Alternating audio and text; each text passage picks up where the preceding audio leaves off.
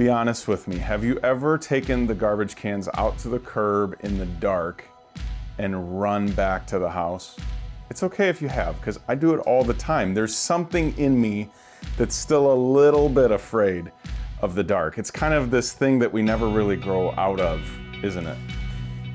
But what's interesting is the older we get, the dark that we're afraid of changes. So we may have these moments where it's the actual dark of night, but a lot of times it's the dark of confusion and it's the dark of the unexpected and the unknown. We live most of our lives in the dark because every day holds a bunch of stuff that we didn't see coming. And we can wake up every day afraid of what might be over the horizon, afraid of what could happen. And as little kids, whenever we were afraid, what was interesting was we would reach outside of ourselves in order to find some courage. There needed to be a third party in order to help us make our way through that fear. It wasn't something we could just drum up inside of us. And so we would do things like turn on the light. Remember when you'd get a flashlight and you would turn that on and you would have this in bed with you, maybe under the covers, or you'd want the hall light on, because a little bit of light brings a lot of clarity, doesn't it? The things that you think you see in the dark that freak you out, that's actually your brain putting pieces of a picture together, filling in gaps so that you get a complete image.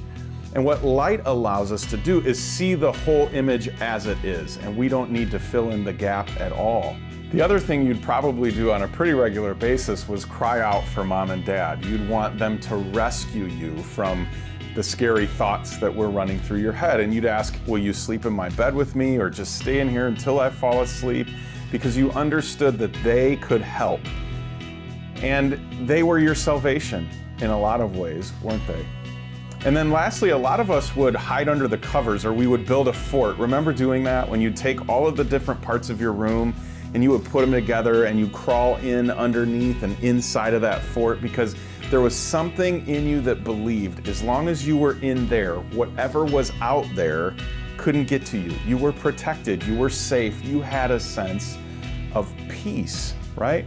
Because there might be a storm and scary and all of that outside, but inside you control what's going on. And so that fortress would offer you some protection. Here's what's incredible about God. All of those things that we used to reach out for when we were afraid, He offers us. There's this incredible poem in Psalm 27 by David, who is a king who had all kinds of things to be afraid of. There was always someone coming after him. He wrote this poem and he said that the Lord is his light. And he said the Lord is his salvation and that the Lord is his fortress. And so what he's saying is that even though he's afraid and even though there's a lot of things coming at him that he's confused by and that he doesn't understand and he's unsettled by, God offers him the peace that comes with a fortress. God offers him the rescue that comes with salvation. And God offers him the clarity that comes with light. And what we realize is that courage as people doesn't come from inside. It actually comes from the outside. That has always been true. And I think a lot of us are frustrated because we want to drum it up in and of ourselves. But what God says is you need to run to me. Run to me because I can offer you all of the things that are going to make you feel safe and keep you from being afraid as you navigate your way through your life. So courage doesn't come from the inside, it comes from the outside. And what David concludes his poem with at the end is he says, wait for the Lord.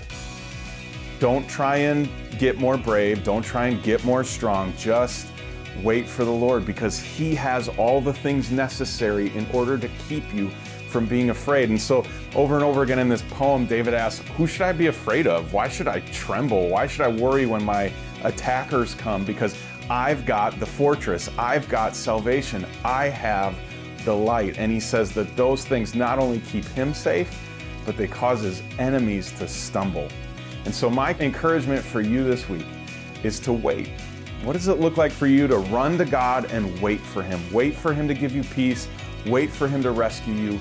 Wait for him to bring clarity. I don't know what it is that you're facing. Maybe it's fear of money and what you're going to do in order to pay your bills. Maybe it's fear about relationships in your life, whether that's a spouse or an estranged kid or just a friendship that maybe hasn't gone well.